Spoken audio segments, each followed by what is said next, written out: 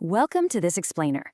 Today, we're taking a seriously cinematic journey back in time to trace the absolute roots of our modern global economy. We're going to explore a wild story full of staggering ambition, deadly sea voyages, ruthless corporate deception, and, well, the totally insatiable human desire for wealth. This is the epic quest for global monopoly. It's a journey that kicks off in the late 15th century and ultimately shifts the entire axis of world power from east to west. As you'll see, a simple demand for spices and some beautifully woven fabrics ended up transforming the map of the world forever. Let's get into it. Okay, let's dive into this. Picture this. The year is 1497. The docks of Lisbon are just shrouded in dread. King Manuel I has just commissioned what everyone thinks is a completely suicidal expedition to find a direct sea route to India. As the explorer Vasco da Gama and his crew get ready to board their ships, they are facing intense vocal opposition. In the famous Portuguese epic poem Os Lusíadas, this opposition is actually personified by a character called the Old Man of Rastelo. He stands right there on the shore, symbolizing the wealthy upper classes, just screaming warnings at the departing fleet. He represents the sheer existential terror of the unknown. I mean, these were uncharted, deadly sea lanes that basically promised catastrophic financial ruin and were known to swallow entire crews whole. But the Armada sailed anyway, heading straight into an epic historical drama. And honestly, the old man's warnings were horrifyingly prophetic. The stakes of this voyage could not have been higher, and the human cost was just staggering. Out of a robust crew of 148 healthy men who sailed off into the unknown, only a shattered remnant of 55 survived to ever see the shores of Portugal again. 55. They faced terrifying hostile waters in the Indian Ocean, relentless storms, and this horrific new enemy, scurvy. Brought on by severe vitamin C deficiency, it absolutely ravaged the crew. So keep in mind, this wasn't just a simple trade mission. This was a desperate, brutal battle for survival at the very edge of the known world. But despite that catastrophic loss of life, da Gama's battered little fleet actually achieved the impossible. In May of 1498, they dropped anchor near Calicut on the Malabar coast of India. And this was a monumental breakthrough. See, before this, the legendary wealth of the Indies, things like cinnamon, ginger, cloves, and black pepper, had to be painstakingly transported overland. That made them incredibly expensive by the time they reached Europe. By surviving that direct sea route around the Cape of Good Hope, the Portuguese completely bypassed those overland caravans. They effectively shattered the massively lucrative spice monopolies held by Venice and Genoa. For the first time ever, Europe had direct access to the East. So as you can guess, Portugal's staggering success completely opened the floodgates, triggering a massive domino effect across Europe. A highly competitive scramble kicked off, with rival powers absolutely desperate to claim their own share of that Asian wealth. The Portuguese had arrived in 1498. Fast forward almost a century later to 1595, and the Dutch show up, totally eager to fight for dominance. Then it's just one after the other. The English East India Company forms in 1600, the Danish East India Company in 1616, and eventually the French in 1664. What started as a Portuguese monopoly morphed overnight into a fierce multinational corporate war for control of the Indian Ocean. But doing business in India? Yeah, that required some serious capital.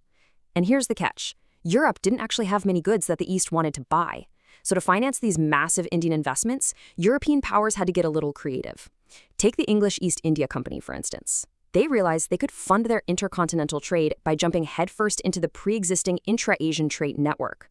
By dominating highly lucrative regional routes, like the Persian Gulf trade flowing between Persia, Basra, and India, they were able to generate the massive profits they needed to buy up Indian commodities for the folks back in London. Now, spices might have originally drawn the Europeans, but it was something else entirely that kept them there and generated untold fortunes. The ultimate prize? Textiles. Indian cottons, specifically calicos, vibrantly printed chintzes, and unbelievably fine muslins, became an absolute sensation in Europe. I mean, they were incredibly comfortable, they took bright dyes beautifully, and they were super versatile. Suddenly, the entire world wanted to be dressed in Indian fabrics. This created a booming, completely insatiable demand that fundamentally transformed the global economy. But back in Europe, total panic. Indian textiles were of such vastly superior quality and so much cheaper that European silk and wool weavers literally saw their livelihoods evaporating. They launched fierce protests, forcing local governments to slap bans and restrictions on Indian imports, like a major ban enacted in Barcelona in 1717. Meanwhile, European manufacturers were desperately scrambling to imitate these Indian goods. They became absolutely obsessed with unlocking the secret behind the brilliant, color-fast red dyes used in the East. It actually sparked a decades-long corporate espionage mission just to discover the formula for what they started calling Turkey Red. And this brilliantly illustrates how things were shifting on the ground. By 1762, the European presence was definitely no longer temporary. Look at this blueprint for the Danish trading post of Frederiksnagor. Notice those rigid, organized grid lines? This wasn't just a makeshift warehouse anymore. They were actively mapping out their growing colonial footprint. They were building administrative quarters, residential zones, infrastructure. They were slowly but surely transforming from visiting merchants into permanent territorial landlords. Which brings us to a major turning point. The Battle of Plassey: deception, strategy, and conquest.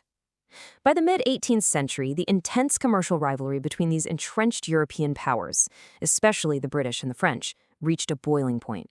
The whole narrative shifts right here, from trade disputes and import bans to outright territorial war. Now, what's really interesting about this slide is the staggering numerical disadvantage the British faced. In 1757, Robert Clive, leading the East India Company's forces, marched into Plassey with just 3,100 men and 8 cannons. Staring him down, the Nawab of Bengal's massive army, 50,000 soldiers backed by 53 heavy field pieces and French artillerymen. I mean, on paper, this shouldn't have even been a battle. It should have been an absolute massacre. So how did Clive possibly win?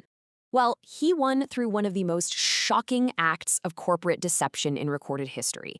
Clive knew he couldn't win a fair fight, right? So he orchestrated a massive conspiracy.